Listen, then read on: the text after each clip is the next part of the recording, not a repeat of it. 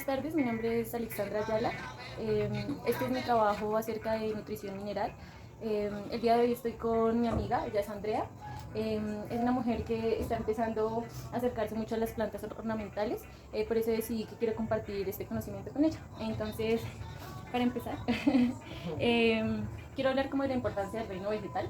Em, como ser más conscientes que el reino vegetal nos brinda los alimentos, nos brinda muchas fibras para nuestro traje, nuestras ropas, nos brinda combustibles, nos brinda vivienda a muchas especies animales, microorganismos. Eh, Producen el oxígeno y también nos ayudan a crear microclimas en diferentes espacios, ¿no? Las plantas ayudan a... ¿Cómo a regular los climas?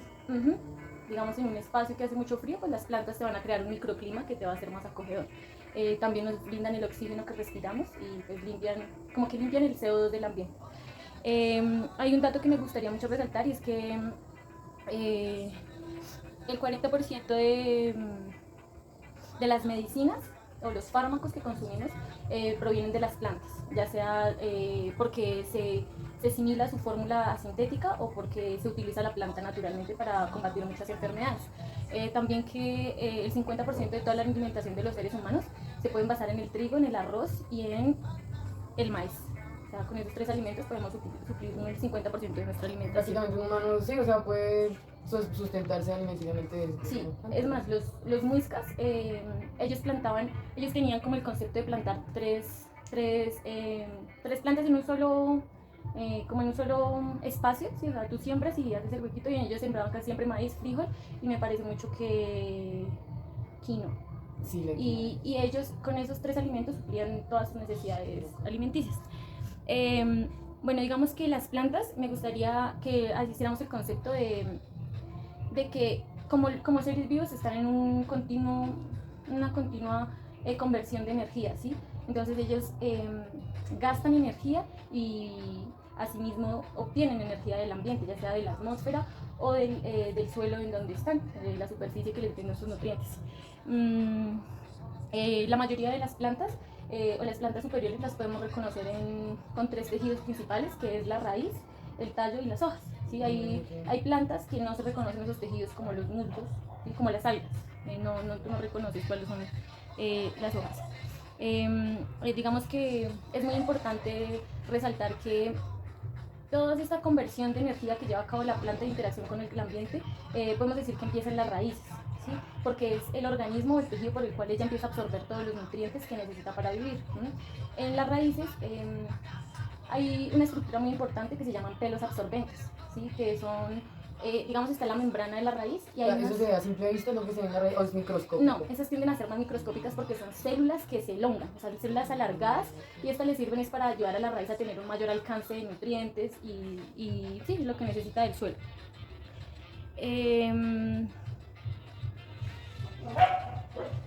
Bueno, en todo el proceso de nutrición y de alimento para que la planta pueda llevar a cabo sus metabolismos, ¿sí?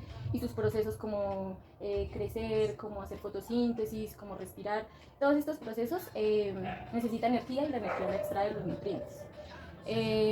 Para el proceso de absorción de nutrientes, entonces hay dos, digamos, microorganismos que son muy importantes en el suelo, que son las micorrizas. Micorrizas son una red de hongos que están ancladas como en todo el suelo, ¿sí? Entonces, cuando el suelo tiene buenas propiedades orgánicas, se tienden a proliferar este tipo de hongos que ayudan a que la captación de nutrientes sea más amplia. Sí, es como otra red de hongo que es mucho más grande. Y los rhizobium, que los rhizobium son bacterias que son específicas para cada especie de planta, y estas también le ayudan a procesar o a fijar el nitrógeno para la planta, que el nitrógeno es uno de los minerales más importantes para la planta. Bueno, entonces digamos que los nutrientes se absorben desde las raíces. Para que haya una buena absorción de nutrientes es necesario que haya agua. Si no hay agua, no hay absorción de nutrientes. El agua y los nutrientes suben por el xilema, ¿sí? Entonces, sí, si no hay agua, no hay nutrición mineral, ¿sí?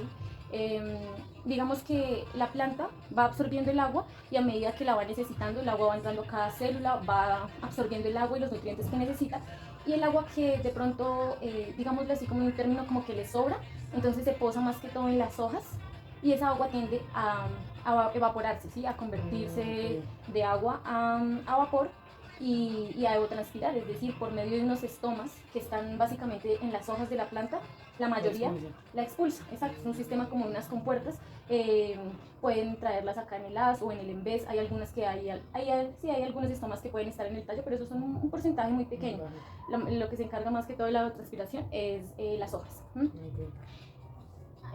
Cuando las plantas transpiran el agua, eso permite que ellas puedan, sueltan el agua y entra, otros minerales del ambiente y además entra el CO2, que es muy importante para la respiración, la fotosíntesis, generar moléculas de ATP, que el ATP es la energía, y la energía básicamente nos ayuda a la división celular, que es el crecimiento, es decir, sin respiración no hay crecimiento vegetal. O sea, es muy importante el agua y la nutrición mineral para que pueda haber respiración, fotosíntesis, etc.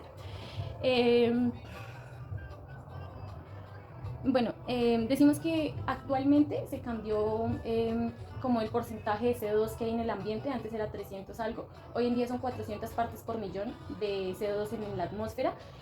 Esto es por la contaminación, gases de efecto invernadero, etc.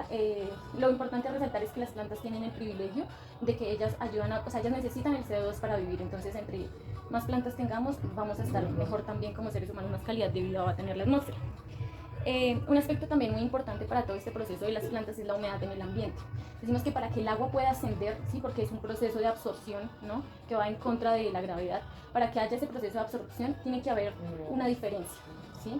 El agua tiende a equilibrarse, ¿sí? Tú nunca ves que el agua está más en un lado que más en otro, no, el agua está libre, tiende a buscar siempre el equilibrio, ¿sí? Entonces, ¿qué pasa? Tiene que haber más agua en el suelo que lo que hay en la planta, y tiene que haber más agua en la planta de lo que hay en la atmósfera, ¿sí? Para que el agua tienda a subir y a irse, ¿sí? Si llega a haber más agua en el ambiente, más humedad relativa en el ambiente, entonces el agua no puede salir de la planta, vas a ver estancada, ¿sí? O si hay muy poquita agua en el suelo, pues el agua no se va a poder, no va a poder absorberse. Ajá, exactamente. Entonces es como esa diferencia tiene que estar presente.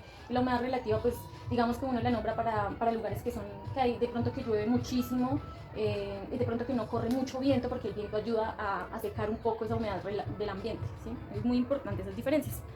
Entre los minerales, en los nutrientes que necesita la planta, son 17, ¿sí? 3 de ellos son el oxígeno, el hidrógeno y el carbono, que esos más o menos, esos como que siempre están presentes en el ambiente, ¿sí? Como que el hombre no ha tenido la necesidad de inducírselos a una planta porque hasta ahora pues están presentes. Entonces son como 14 elementos los que el hombre interfiere o ha tratado de interferir para que las plantas puedan estar mejor. Hablamos de unos macronutrientes y unos micronutrientes. El macro y el micro se utilizan porque los macro son los que la planta requiere en mayor cantidad y los micro en menor cantidad. Esto no quiere decir que unos sean más importantes que otros, ¿sí? Simplemente unos utilizas un poquito menos y los otros más, pero son iguales de esenciales. O sea, si falta uno, van a haber déficits de nutrición, ¿sí? Entre los macro tenemos el nitrógeno, fósforo, potasio, azufre, calcio, magnesio. Entre los micros, molibdeno, níquel, cloro, cobre, zinc, magnesio, hierro y boro. Hay unos de ellos que son móviles. Cuando digo que son móviles es que tienen la capacidad de traslocarse en la planta, que pueden ir de un tejido al otro, es decir, de las hojas a la raíz, etc. Y cuando hay deficiencia de los nutrientes móviles, los síntomas en la planta se van a ver en la parte basal, que son en las hojitas viejas, ¿sí? Es decir, en las hojitas de abajo, exacto, en las hojitas viejas. Y los inmóviles es que donde tú los pones, digamos, si tú haces aplicación foliar, o sea, a las hojas del calcio, el calcio va a permanecer ahí, el calcio no va a poder traslocarse en la planta. Eso va a ser inmóvil y su deficiencia siempre se va a aparecer en la zona apical, es decir, la zona apical es donde está creciendo la planta continuamente, es decir, acá donde crece. Esas son las zonas apicales. Quisiera resaltar la ley del mínimo, y es que cuando te digo que si un nutriente, así sea micronutriente, hace falta, no hay un equilibrio, exacto, y no va a haber de pronto una buena nutrición mineral, porque las deficiencias se van a basar en eso, ¿sí me entiendes? O sea, va a haber ahí el problema. Ahora te quiero mostrar un proyecto investigativo que hice este semestre, en el cual se estableció un cultivo de frijol, de 10 materas como estas, en las cuales en cada una se sembraron 2 semillas de frijol. 5 fueron en suelo tierra, 5 fueron en arena. O sea, en arena también se puede dar una planta. Ese es básicamente la investigación que se está haciendo a través de esta actividad, ¿no? Bueno, ¿qué pasa? Resulta que la arena no tiene la capacidad de retener cationes y aniones, ¿sí? Que es como la estructura en donde se vienen los minerales. ¿Tú te acuerdas de pronto en química que uno veía que, átomo, ¿no? que termina en positivo o negativo? Sí, Entonces sí. el positivo es el catión y el negativo es el anión. Entonces ella no tiene la capacidad de intercambiar estos aniones. En cambio la tierra, el suelo, sí tiene esa capacidad, ¿sí? Por ende, pues... Pero digamos que en este experimento a las plantas no se les suplió con ningún tipo de mineral, ¿sí? Ningún tipo de nutriente, solamente agua, exacto. Cada 2-3 días se les echaba el agua. ¿Qué pasa? Pues básicamente ellas crecieron, digamos en caso de la arena, ella creció con una reserva de nutrientes que hay en la semilla. ¿Sí? La semilla siempre tiene una reserva para que ella pueda germinar y tener sus primeros Para casos como de emergencia o algo así. Sí, para que se puedan dar sus primeros, porque antes de que se establezca el sistema radicular, entonces ella tiene que empezar a tener ciertos procesos de abrirse, de generar tejidos, y para eso son. Entonces básicamente ella creció con su reserva. Y ella, de seguro, pues esto ya es suelo, sí, esto ya es... O sea, estas dos, o sea, ¿son las mismas plantas? Sí, y las dos tienen 3 O sea, meses. La misma. Uy, Ella de seguro, loco. pues si tú ves esta tierrita tiene cascarilla de arroz, de seguramente estaba un poco con residuos orgánicos ya descompuestos, entonces de seguro tenía, desde las plantas, de mis plantas, mejor dicho, tierra que a mí me ha sobrado, entonces de seguro tenía un poquito de nutrientes, pero no se le aplicó absolutamente pero nada. se ve la diferencia abismal. Se ve la diferencia un montón. Entonces yo hice un análisis sobre los nutrientes, a ver, digamos, como que se podía rescatar de este proceso. Entonces, bueno, hablemos primero de la arena. Si ves que el crecimiento, o sea, tienen lo mismo, tienen 3 meses, y si ves el crecimiento, realmente la diferencia es un montón. Digamos, un detalle es que de las 10 semillas que se sembraron en arena, solo me germinaron 2. De las 10 semillas que se sembraron en tierra, me germinaron 8. O sea, hay más posibilidades de que germine en tierra. Sí, de seguro sí. Okay. Entonces, digamos, el crecimiento yo se lo atribuí a la falta de magnesio o nitrógeno, ya que es un elemento esencial para que haya división celular. Entonces, sin él, de seguro es por eso.